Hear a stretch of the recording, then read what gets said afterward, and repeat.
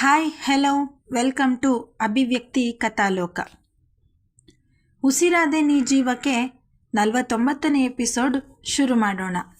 ಅಮ್ಮ, ಪಪ್ಪ ಇವತ್ತು ನನಗೆ ಹೊತ್ತಿಗೆ ಸ್ಕೂಲಿಗೆ ಡ್ರಾಪ್ ಮಾಡ್ತಾರಾ ಕೇಳಿದ್ರೆ ಅದಕ್ಕೂ ಹ್ಞೂ ಅಂತ ಉತ್ತರ ಕೊಟ್ಟ ಕುಮಾರ್ ಅವರು ಚಿಂಟು ತಲೆ ಬಾಚಿ, ಈಗ ನೀನು ಜಾಣ ಮರಿಯ ಹಾಗೋಗಿ ದೇವರಿಗೆ ಕೈ ಮುಗಿ, ಆಮೇಲೆ ಅಜ್ಜಿ ತಿಂಡಿ ತಿನ್ನಿಸ್ತಾರೆ. ಶೂಸ್ ಹಾಕ್ಕೊಂಡು ತಯಾರಾಗೋ ಅಷ್ಟರಲ್ಲಿ ನಿನ್ನ ಪಪ್ಪ ಅಮ್ಮ ಕೂಡ ರೆಡಿಯಾಗಿ ಬರ್ತಾರೆ ಹೇಳಿ ಮೊಮ್ಮಗನ ಕೆನ್ನೆಗೆ ಮುತ್ತಿಡ್ತಾರೆ. ಚಿಂಟು ತಾತನ ಪ್ರತಿ ಮಾತಕ್ಕೂ ಒಪ್ಪಿಗೆ ಕೊಟ್ಟು ಅವರು ಹೇಳ್ದಂತೆ ರೆಡಿಯಾಗ್ತಿದ್ದವನನ್ನು ಆರುಷಿ ಓಜಸ್ ಕರೆದುಕೊಂಡು ಪಾರ್ಕಿಂಗ್ ಜಾಗಕ್ಕೆ ಹೋದರೆ ಅಪ್ಪನ ಬೈಕ್ ಏರಿದ ಮಗು ತನ್ನ ಅಮ್ಮನಿಗೂ ಬೈಕ್ನಲ್ಲೇ ತಮ್ಮ ಜೊತೆ ಬರುವಂತೆ ಹಠ ಮಾಡುತ್ತೆ. ಮಗುನ ಮಾತಿಗೆ ಒಪ್ಪಿಗೆ ಕೊಟ್ಟು ಸ್ಕೂಟಿ ಕೀನ ಪರ್ಸ್ನಲ್ಲಿ ಇಟ್ಕೊಂಡು ಒಂದು ಬೈಕ್ ಹೇರಿದ ಹುಡುಗಿಯ ಮುಖ ಮಾತ್ರ ಬಿಗಿದ್ಕೊಂಡೇ ಇತ್ತು. ಇವಳೇ ಮಾಡೋದನ್ನೆಲ್ಲ ಮಾಡಿ ಈಗ ಇವಳೇ ಮುಖ ಉಜ್ಕೊಂಡಿದ್ದಾಳೆ. ಓಜಸ್ ಗೊಣಗಿದ್ದು ಆರುಷಿ ಕಿವಿಯ ಮೇಲೆ ಬಿದ್ದರೂ ಯಾವುದೇ ಪ್ರತಿಕ್ರಿಯೆ ನೀಡಲಿಲ್ಲ. ಮಗುನ ಸ್ಕೂಲಿಗೆ ಡ್ರಾಪ್ ಮಾಡಿ ಅವನಿಗೆ ಹುಷಾರು, ತುಂಬ ಜೋರಾಗಿ ಓಡೋದೆಲ್ಲ ಮಾಡಬೇಡ ಅಂತ ಕಾಳಜಿ ಮಾಡಿ ಮುತ್ತಿಟ್ಟು ಅಲ್ಲಿಂದ ತನ್ನ ಆಫೀಸ್ಗೆ ಓಜಸ್ ಬೈಕಲ್ಲೇ ಡ್ರಾಪ್ ತೆಗೆದುಕೊಂಡ ಆರುಷಿ ಸಾರಿ ಮೆಲ್ಲಗೆ ಉಸುರಿದಳು. ಇದ್ಯಾಕೆ ಕೇಳಿದವನ ಕಡೆಗೆ ಪೇಲವ ನೋಟ ನೆಟ್ಟು, ಹಾಗೆ ಸುಮ್ಮನೆ ನನ್ನಿಂದ ಏನಾದರೂ ನಿಮಗೆ ಬೇಸರ ಆಗಿದ್ರೆ ಅಂತ ಅಷ್ಟೆ ಎಂದು ಹೇಳಿ ಆಫೀಸ್ ಒಳಗೆ ನಡೆದು ಬಿಟ್ಟವಳ ಕಡೆಗೆ ನೋಡಿ ಹಿಂದಲೇ ಕೆದರಿಕೊಂಡವನು ಮನಸ್ಸಿನಲ್ಲಿರುವ ಹಳೆಯ ಕಹಿ ನೆನಪುಗಳನ್ನು ಮರೆಯುತ್ತಾ ಹೊಸ ಬದುಕಿನತ್ತ ಮುಖ ಮಾಡ್ತಿದ್ದಾಳೆ ಅಂತ ನಾನು ಖುಷಿ ಪಡ್ತಾ ಇದ್ದರೆ ಇವಳು ಸಾರಿ ಕೇಳ್ತಾ ಇದ್ದಾಳಲ್ಲ, ನಿಜಕ್ಕೂ ವಿಚಿತ್ರ ಈ ಕ್ಯೂಟಿ ಹೇಳ್ಕೊಂಡು ತನ್ನ ಆಫೀಸ್ಗೆ ಹೊರಟ. ಅಲ್ಲಿನ ಸಣ್ಣ ಪುಟ್ಟ ಇಂಟೀರಿಯರ್ ಕೆಲಸಗಳ ಕಡೆಗೆ ಗಮನ ಕೊಟ್ಟಿದ್ದವನು ತನ್ನ ಕೆಲಸಗಳ ನಡುವೆಯೇ ತನ್ನ ತಂಗಿ ಸತ್ಯಾಗೆ ಫೋನ್ ಮಾಡಿ 2 ದಿನ ಬಿಟ್ಟು ತಾನು ತನ್ನ ಹೆಂಡತಿ ಮಗನ ಜೊತೆಗೆ ಊರಿಗೆ ಬರುತ್ತಿರುವ ವಿಚಾರ ತಿಳಿಸಿದಾಗ ಅವಳಿಗೆ ಈಗಲೂ ತನ್ನ ಅಣ್ಣ ಮದುವೆಗೆ, ಅದರಲ್ಲೂ ಒಂದು ಮಗುವಿನ ತಾಯಿಯನ್ನು ಮದುವೆ ಆಗಲು ಒಪ್ಪಿದ್ದಾನೆ ಅನ್ನೋದನ್ನು ನಂಬುವುದಕ್ಕೆ ಆಗ್ತಿಲ್ಲ. ಆದರೂ ಅಣ್ಣನ ಮದುವೆಯ ಸಂಭ್ರಮದ ತಯಾರಿಯಲ್ಲಿ ಯಾವುದೇ ಕೊರತೆ ಆಗದಂತೆ ನೋಡ್ಕೊಳ್ತಾ ಇದ್ಲು. ಸತ್ಯ, ಹಾಗೆ ಕೊಟ್ಟಿಗೆಯಲ್ಲಿ ಇರುವ ಕರುಗಳ ವಿಡಿಯೋ ಮಾಡಿ ಕಳಿಸು ಅಂದಿದ್ದೆ, ಇನ್ನೂ ಅದ್ರ ಕಡೆ ಗಮನವೇ ಕೊಟ್ಟಿಲ್ವಲ್ಲ ನೀನು ಎಂದು ಹುಸಿಗದರ್ದ. ಅದೇನೋ ಹಸು ಕರುಗಳ ಮೇಲೆ ಎಲ್ಲಿಲ್ಲದ ಒಲವು ಮೂಡಿದೆ ನಿನಗೆ. ಚಿಕ್ಕ ವಯಸ್ಸಿಂದ ಹಿತ್ತಲಲ್ಲಿ ಇರುವ ಕೊಟ್ಟಿಗೆಯ ಬಳಿ ಓಡಾಡುವಾಗೆಲ್ಲ ಮೂಗು ಮುಚ್ಕೊಂಡ್ಕೊಳ್ತಾ ಇದ್ದೆ ನೀನು. ಈಗ ಅದೇ ಹಸು ಕರುಗಳ ವಿಡಿಯೋ ಕೇಳಿ ನಾನು ರೈತನ ಮಗ ಅಂತ ಇಂಟರ್ನೆಟ್ಟಲ್ಲಿ ಹಾಕಿ ಶೋಕಿ ಕೊಡೋ ಐಡಿಯಾನಾ? ವ್ಯಂಗ್ಯ ಮಾತಾಡಿದ್ಯಾ ಮೇಲೆ ಕೋಪ ಮಾಡಿಕೊಂಡು. ಹೇಳಿದಷ್ಟನ್ನು ಮಾಡು ಅಂದರೆ ತಲೆಯೆಲ್ಲ ಮಾತಾಡ್ತೀಯ. ನನ್ನ ಮಗನಿಗೆ ಕರುಗಳನ್ನು ಕಂಡ್ರೆ ಅದೇನೋ ಪ್ರೀತಿ. ಇಲ್ಲಿ ಸಾಕಿರುವ ನಾಯಿ ಬೆಕ್ಕುಗಳನ್ನು ಮಾತ್ರ ನೋಡಿರುವ ಮಗುಗೆ ಕ್ಯಾಟಲ್ ಮರಿಗಳನ್ನು ನೋಡುವ, ಅವುಗಳ ಜೊತೆಗೆ ಸಮಯ ಕಳೆಯೋ ಆಸೆ. ಅದಕ್ಕೆ ಈ ಹಿಂದೆ ನಿನಗೆ ವಿಡಿಯೋ ಕಾಲ್ ಮಾಡಿದ್ದು. ಆದರೆ 3 ಹೊತ್ತು ನಿನಗೆ ಕಾಲ್ ಮಾಡ್ಕೊಂಡು ಕೂತ್ಕೊಳ್ಳೋಕ್ಕಾಗಲ್ವಲ್ಲ, ಅದಕ್ಕೆ ಕರುಗಳ ವಿಡಿಯೋ ತುಣುಕನ್ನು ಮಾಡಿ ಕಳಿಸು ಅಂದರೆ ಅದಕ್ಕೂ 100 ಪ್ರಶ್ನೆ ಕೇಳ್ತಾಳೆ. ಇದೇ ಕಾರಣಕ್ಕೆ ನನಗೆ ಊರಿಗೆ ಬರೋದಕ್ಕೆ ಕಿರಿಕಿರಿ ಆಗೋದು ಎಂದು ರೇಗಾಡಿದವನಿಗೆ ಊರಿಗೆ ವಾಪಸ್ ಹೋಗಲು ಬಹಳವೇ ಹಿಂಸೆ ಎನಿಸುತ್ತಿದೆ. ಊರಿಗೆ ಹೋಗುವ ಮನಸ್ಸಿಲ್ಲದಿದ್ದರೂ ಮನೆಯವರ ಖುಷಿಗಾಗಿ ತನ್ನ ಬ್ಯಾಗ್ ಪ್ಯಾಕ್ ಮಾಡ್ಕೊಳ್ತಾ ಇರುವ ಓಜಸ್ ಸಹಾಯಕ್ಕೆ ಚಿಂಟು ಕೈ ಜೋಡಿಸ್ತಾನೆ. ಪಪ್ಪ, ಇದೇನು DSLR ಕ್ಯಾಮ್ರಾವನ್ನು ಓಜಸ್ ಬ್ಯಾಗ್ನಲ್ಲಿ ಇಟ್ಕೊಂಡಾಗ ಅದನ್ನು ಕಂಡು ಪ್ರಶ್ನೆ ಮಾಡ್ತಾನೆ ಚಿಂಟು. ಅದು ಕ್ಯಾಮ್ರಾ ಕಣೋ, ಅದರಲ್ಲಿ ಒಳ್ಳೊಳ್ಳೆ ಫೋಟೋ ಶೂಟ್ ಮಾಡ್ಬೋದು, ನಾನು ಕಾಲೇಜಲ್ಲಿದ್ದಾಗ ತಗೊಂಡಿದ್ದು. ನಾವು ನಾಳೆ ಊರಿಗೆ ಹೋದ್ಮೇಲೆ ಅಲ್ಲಿರುವ ಸುಂದರ ಹಸಿರು ಪರಿಸರದಲ್ಲಿ ನಿನ್ನ ಹಾಗೂ ನಿನ್ನ ಅಮ್ಮನ ಫೋಟೋಗಳನ್ನು ತೆಗಿತೀನಿ ಎಂದು ಹೇಳಿ ಚಿಂಟು ತಲೆ ನೇವರಿಸ್ತಾರೆ. ಪಪ್ಪ, ಮತ್ತೆ ನಿಮ್ಮ ಫೋಟೋ ನಾನು ತೆಗಿಲ್ಲ ಕೇಳಿದ್ರೆ ನಕ್ಕು ಹೂ ಅಂತ ಒಪ್ಕೊಳ್ತಾನೆ. ಆರುಷಿ ಸಹ 1 ವಾರದ ಮಟ್ಟಿಗೆ ಆಫೀಸ್ಗೆ ರಜೆ ಹಾಕಿದ್ಲು. ತನ್ನ ಬ್ಯಾಗ್ ಹಾಗೂ ಚಿಂಟು ಬ್ಯಾಗ್ ಪ್ಯಾಕ್ ಮಾಡಿದ ನಂತರ ತನ್ನ ಅಪ್ಪನ ಸಹಾಯಕ್ಕೆ ನಿಂತಿದ್ದಳು. ರಾತ್ರಿ ಪ್ಯಾಕಿಂಗ್ ಕೆಲಸಗಳೆಲ್ಲ ಮುಗಿದಿದ್ವು. ನಾಳೆ ಬೆಳಗ್ಗೆ ಬೇಗನೆ ಊರಿಗೆ ಪ್ರಯಾಣ ಮಾಡಬೇಕಾಗಿರೋದ್ರಿಂದ ಎಲ್ಲರೂ ಬೇಗ ಊಟ ಮುಗಿಸಿ ಮಲಗಲು ಸಜ್ಜಾಗಿದ್ರು. ಪಪ್ಪ, ನಂಗೆ ಕತೆ ಹೇಳಿ ಪ್ಲೀಸ್, ಚಿಂಟು ತನ್ನಪ್ಪನ ಕೊರಳ ತಬ್ಬಿ ಮುದ್ದಾಗಿ ಕೇಳ್ತಾನೆ. ಚಿಂಟು, ಕತೆ ಗೀತೆ ಎಲ್ಲ ನಾಳೆ ಹೇಳ್ತಾರೆ, ಈಗ ಲೇಟ್ ಆಯಿತು, ಸುಮ್ಮನೆ ಮಲ್ಗು. ಅಮ್ಮನ ಗದರುವಿಕೆಗೆ ಮುಖ ಸಪ್ಪಗೆ ಮಾಡಿಕೊಂಡ ಮಗುವಿನ ಬೇಸರ ನೋಡಲಾಗದೆ ಓಜಸ್ ಆರುಷಿ ಮೇಲೆ ಉಸಿರೇಗುತ್ತಾ, ಆರು, ಚಿಂಟು ನನಗೆ ತಾನೇ ಕತೆ ಹೇಳು ಅಂತ ಹೇಳಿದ್ದು, ಮತ್ತು ನೀನು ಯಾಕೆ ಅವನನ್ನು ಗದರೋದು? ನಿನಗೆ ನಿದ್ದೆ ಬರ್ತಾ ಇದ್ದರೆ ನೀನು ಹೋಗಿ ಮಲಗು ಎಂದು ಗದರಿದ್ರೆ ಅವನನ್ನೇ ದಿಟ್ಟಿಸಿ ನೋಡುತ್ತಾ ನೆಲದ ಮೇಲೆ ಬ್ಲ್ಯಾಂಕೆಟ್ ಹಾಸ್ಕೊಂಡು ಮಲಗಿಬಿಟ್ಲು. ಅಮ್ಮ, ಅಲ್ಯಾಕೆ ತಾಚಿ ಮಾಡ್ತಾ ಇದೀಯಾ? ಇಲ್ಲೇ ಬಾ, ಬೆಡ್ ಮೇಲೆ ತುಂಬ ಜಾಗ ಇದೆ. ಮಂಚದಿಂದ ಇಳಿದು ಅಮ್ಮನ ಕೈ ಹಿಡಿದು ಹೇಳ್ತಾನೆ ಚಿಂಟು. ಯಾರು ಹೇಳಿದ್ದು ತುಂಬ ಜಾಗ ಇದೆ ಅಂತ? ರಾತ್ರಿ ಒಂದು ಹೊತ್ತಲ್ಲಿ ನೋಡಿದ್ರೆ ಇರೋ ಈ ಮಂಚವೇ ನಿನಗೆ ಚಂದ್ರ ಅವರಿಗೆ ಸಾಕಾಗಲ್ಲ ಅನಿಸುತ್ತೆ. ಇನ್ನು ನಾನೆಲ್ಲಿ ಮಲಗಲಿ? ಈ ಹಠ ಮಾಡಬೇಡ ಪ್ಲೀಸ್ ಚಿಂಟು, ಹೋಗಿ ಮಲಗು ಎಂದು ಹೇಳಿದ್ರೆ ಅಮ್ಮನ ಪಕ್ಕವೇ ಮಲಗಿಬಿಟ್ಟೆ ಪುಟ್ಟ ಕಂದ. ನಿನ್ನಮ್ಮ ಮೊದಲು ನೆಲದ ಮೇಲೆ ಮಲಗಿದಳು, ಈಗ ನಿನಗೂ ಅವಳ ಚಾಳಿಗೆ ಹತ್ತಿತ್ತಲ್ವಾ? ಆಯ್ತು ಬಿಡು, ನೀನು ನಿನ್ನ ಅಮ್ಮ ಒಂದು ಟೀಮ್ನಲ್ಲಿರಿ, ನಾನು ಹೋಗ್ತೀನಿ. ನನ್ನ ಮನೆಗೆ ಹೋಗಿ ನಾನು ಮಲ್ಕೋತೀನಿ. ಹೇಗಿದ್ರೂ ನಾನು ಇಲ್ಲೂ ಒಬ್ಬನೇ ಮಲಗಬೇಕಲ್ವಾ? ಬೇಸರದ ಮುಖ ಮಾಡಿಕೊಂಡು ಎದ್ದು ರೂಮ್ಗೆ ಹೊರಗೆ ಹೋಗಲು ನೋಡಿದವನ ಬಳಿಗೆ ಓಡಿ ಬಂದ ಚಿಂಟು. ಪಪ್ಪ ಸಾರಿ, ನಾನು ಅಮ್ಮ ಇಬ್ಬರು ನಿಮ್ಮ ಜೊತೆ ತಾಚಿ ಮಾಡ್ತೀವಿ ಅಲ್ವಾ ಅಮ್ಮ? ಪಾಪ ಅಲ್ಲ ಪಪ್ಪ, ನಾನು ಸ್ವಲ್ಪ ಜಾಗದಲ್ಲಿ ತಾಚಿ ಮಾಡ್ತೀನಿ, ಇನ್ನೂ ಸ್ಮಾಲ್ ಇದ್ದೀನಿ ಅಲ್ವಾ, ಪ್ಲೀಸ್ ಅಮ್ಮ ಹೇಳಿದ್ರೆ ಒಪ್ಪದೆ ಚಿಂಟು ಅಪ್ಪನ ಪಕ್ಕ ಮಲಗಲಿ, ನಾನು ನೆಲದ ಮೇಲೆ ಮಲಗುವೆ ಎಂದು ಹಠ ಹಿಡಿದು ಕುಳಿತವಳ ಕಡೆಗೆ ನೋಡದೆ ಓಜಸ್ ಎತ್ತಲೋ ಮುಖ ಮಾಡಿ, ಚಿಂಟು ನೀನಮ್ಮ ಯಾಕೆ ಪಾಪ ನೆಲದ ಮೇಲೆ ಮಲಗಬೇಕು? ಅವಳು ಮಂಚದ ಮೇಲೆ ಮಲಗಲಿ, ಬಾ ಕಂದ, ನಾನು ನೀನು ಇಬ್ಬರು ಹೋಗಿ ನಮ್ಮ ಮನೇಲಿ ಮಲ್ಗೋಣ ಹೇಳಿದ್ರೆ ಖುಷಿಯಲ್ಲಿ ಒಪ್ಪಿದ ಚಿಂಟು ತನ್ನಪ್ಪನ ಕಡೆಗೆ ಕೈ ಚಾಚಿ, ಅಮ್ಮ ಗುಡ್ ನೈಟ್, ನಾನು ಪಪ್ಪ ಆ ಮನೆಗೆ ಹೋಗಿ ತಾಚಿ ಮಾಡ್ತೀವಿ ಹೇಳ್ದ. ಓಜಸ್ನ ಅದೆಷ್ಟೇ ತಡೆಯಲು ನೋಡಿದ್ರು ಆರುಷಿ ಮಾತಿನ ಕಡೆಗೆ ಗಮನ ಕೊಡದೆ ಚಿಂಟುನ ಕರ್ಕೊಂಡು ತನ್ನ ಮನೆಗೆ ಹೊರಟೋದ. ಮಗು ಚಿಂಟು ಜೊತೆಗೆ ಮನೆಗೆ ಬಂದಿದ್ದನ್ನು ಕಂಡು ಶಾರದಾ ಅವರು ಓಜಸ್ ತೋಳಲಿದ್ದ ಕಂದನನ್ನು ಎತ್ಕೊಂಡು, ನೀನು ದಿನ ಅಪ್ಪ ಅಮ್ಮನ ಜೊತೆ ಮಲಗೋದು ಇದ್ದಿದೆ, ಇವತ್ತು ಅಜ್ಜಿನ ತಾತನ ಜೊತೆ ಮಲಗ್ತೀಯ ಕೇಳಿದ್ರೆ ತಲೆ ಆಡಿಸಿ ಮೊದಲಿಗೆ ಒಪ್ಪಿಗೆ ಕೊಟ್ಟರು. ಮರುಕ್ಷಣವೇ ಬೇಡ ಅಜ್ಜಿ, ನಾನು ನಿಮ್ಮ ರೂಮಲ್ಲಿ ತಾಚಿ ಮಾಡಿದ್ರೆ ಪಾಪ ಪಪ್ಪ ಒಬ್ಬರೇ ಮಲಗಬೇಕಾಗತ್ತೆ, ನಾನು ಪಪ್ಪನ ಜೊತೆ ತಾಚಿ ಮಾಡ್ತೀನಿ ಹೇಳಿದ್ರೆ ಮಗು ತಲೆ ನೇವರಿಸಿ, ಪರವಾಗಿಲ್ಲ ಚಿಂಟು, ಇವತ್ತು ಅಜ್ಜಿ ತಾತನ ಜೊತೆ ತಾಚಿ ಮಾಡು, ನನಗೂ ಸ್ವಲ್ಪ ಕೆಲಸ ಮಾಡೋದಿದೆ, ಅದನ್ನು ಮುಗಿಸಿ ಮಲಗ್ತೀನಿ ಹೇಳಿ ಚಿಂಟು ಹಣೆಗೆ ಮುತ್ತಿಟ್ಟು ತನ್ನ ರೂಮ್ ಸೇರಿದ ಓಜಸ್. ಆರುಷಿ ತನ್ನ ಬಾಸ್ ಜೊತೆಗೆ ಮಾತಾಡಿ ಊರ ಹೊರಗೆ ಬಾಲಸುಬ್ರಹ್ಮಣ್ಯ ಅವರು ಖರೀದಿ ಮಾಡಿರುವ ಜಾಗದಲ್ಲಿ ಮಲ್ಟಿಫ್ಲೋರ್ ಪಾರ್ಟಿ ಹಾಲ್ ಕಟ್ಟಡದ ನಿರ್ಮಾಣದ ಕಾಮಗಾರಿಯನ್ನು ಓಜಸ್ಗೆ ಸಿಗುವಂತೆ ಮಾಡಿದ್ಲು.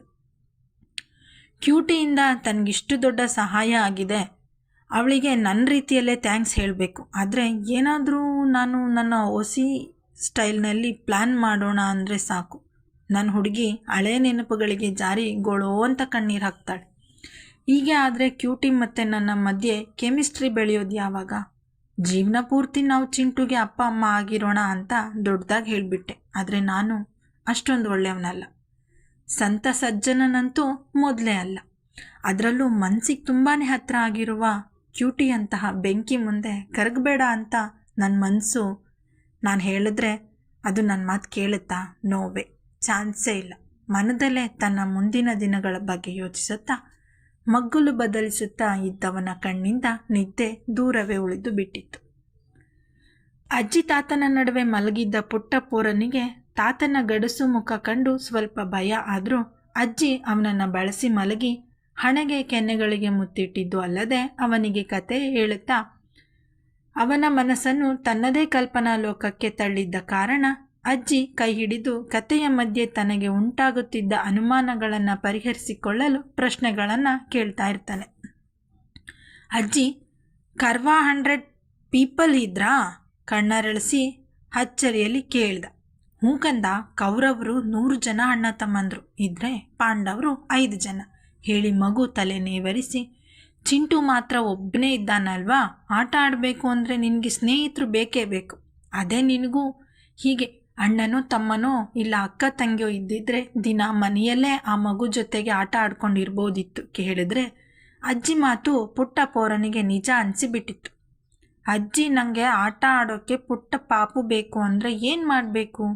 ಕಣ್ಣು ಪಿಳಿಗಿಳಿಸುತ್ತಾ ಅಜ್ಜಿಯನ್ನೇ ನೋಡುತ್ತಾ ಮುಖದ ತುಂಬ ಚಿಂತೆ ತುಂಬಿಕೊಂಡು ಪ್ರಶ್ನೆ ಮಾಡ್ತಾನೆ. ಯಾಕಿಷ್ಟು ಚಿಂತೆ ಮಾಡ್ತಾ ಇದೆಯಾ ಕಂದ?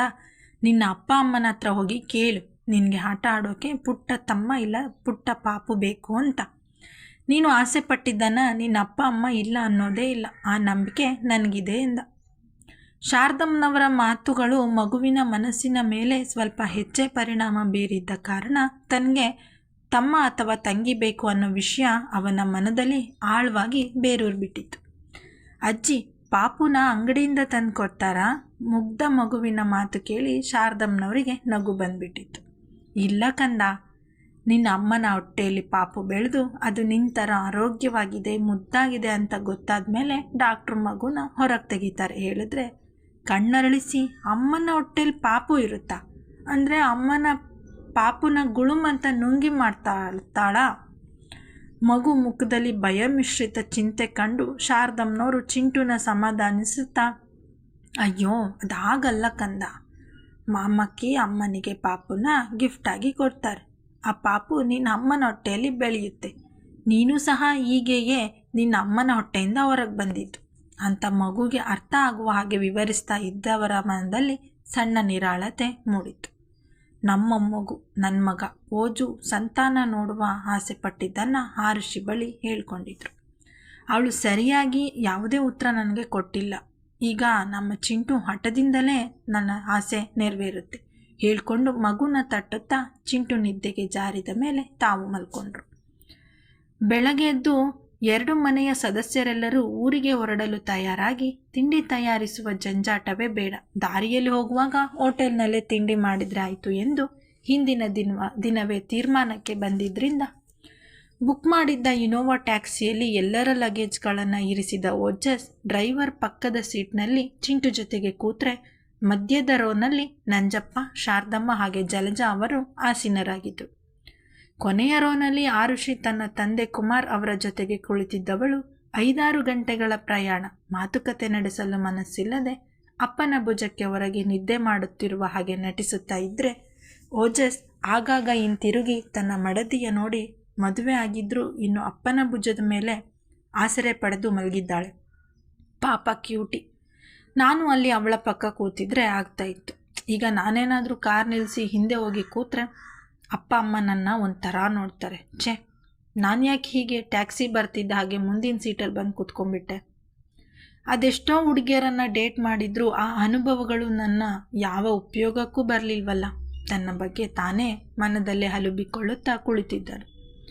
ಚಿಂಟು ಬೆಳಗ್ಗೆ ಎದ್ದಾಗಿನಿಂದ ಸೈಲೆಂಟಾಗಿ ಇರುವುದನ್ನು ಗಮನಿಸಿ ಮಗುನ ತನ್ನತ್ತ ತಿರುಗಿಸಿಕೊಂಡು ತನ್ನ ಸೊಂಟದ ಸುತ್ತ ಮಗುನ ಕಾಲುಗಳನ್ನು ಬಳಸಿಕೊಂಡು ಬೆನ್ನಿಗೆ ತನ್ನ ಕೈ ಆಸರೆ ಕೊಟ್ಟು, ಏನು ನನ್ನ ಮುದ್ದು ಮರಿ ಬೆಳಗ್ಗಿಂದ ಮಾತೇ ಆಡ್ತಾ ಇಲ್ಲ? ನೆನ್ನೆ ರಾತ್ರಿ ಅಜ್ಜಿ ತಾತನ ಜೊತೆ ಹೋಗಿ ಮಲಗು ಅಂತ ಹೇಳಿದ್ದೆ ಅಂತ ನನ್ನ ಮೇಲೆ ಕೋಪನಾ? ಸಾರಿ ಕಣೋ ಚಿಂಟು, ಇನ್ಮೇಲೆ ನಿನ್ನ ಎಲ್ಲಿಗೂ ಕಳಿಸಲ್ಲ. ನೀನು ನನ್ನ ಪಕ್ಕ ಮಲಗಿಲ್ಲ ಅಂತ ನನಗೆ ನಿದ್ದೆನೇ ಬಂದಿಲ್ಲ ಗೊತ್ತಾ ಹೇಳಿ ಮಗು ಹಣೆಗೆ ಮುತ್ತಿಟ್ರೆ ಅವನು ಮುಖ ದುಮ್ಮಿಸಿಕೊಂಡು ಕೈ ಕಟ್ಟಿ ಕುಳಿತವನು, ನೀವು ಅಷ್ಟೇ ಪಪ್ಪ, ಅಮ್ಮನಿಗೆ ಹೇಳಿ ನನಗೆ ಆಟ ಆಡೋಕ್ಕೆ ಪುಟ್ಟ ಪಾಪು ಕೊಡಿಸಿಲ್ಲ ಅಂದರೆ ನಾನು ನಿಮ್ಮ ಜೊತೆ ತಾಚಿ ಮಾಡಲ್ಲ ಎಂದು ಹೇಳ್ತಾನೆ. ಚಿಂಟು ಮಾತು ಕೇಳಿ ಆಘಾತಕ್ಕೆ ಒಳಗಾದವನಂತೆ ಕ್ಷಣ ಮೌನವಾಗಿ ಉಳಿದ ಓಜಸ್ಗೆ ಮಗುವಿನ ಬಾಯಲ್ಲಿ ಇಂತಹ ಮಾತುಗಳು ಕೇಳಿ ಬರುತ್ತಿರುವುದು ತನ್ನ ಅಮ್ಮನ ದೆಸೆಯಿಂದ ಎಂದು ಅವನ ಬುದ್ಧಿಗೆ ಹೊಳೆಯಲು ಹೆಚ್ಚು ಸಮಯ ಬೇಕಾಗಲಿಲ್ಲ. ಮೊದಲಿಗೆ ಈ ವಿಷಯವನ್ನು ಚಿಂಟು ಬಳಿ ಮಾತನಾಡುವ ಅವಶ್ಯಕತೆ ಇತ್ತ ಎಂದು ತಮ್ಮ ಅಮ್ಮನ ಮೇಲೆ ಕೋಪಗೊಂಡ್ರು ಅವನ ಆಸೆಯೂ ತಪ್ಪಲ್ವಲ್ಲ ಅನ್ನೋ ಭಾವನೆ ಇವನಲ್ಲಿಯೂ ಮೂಡಿತು.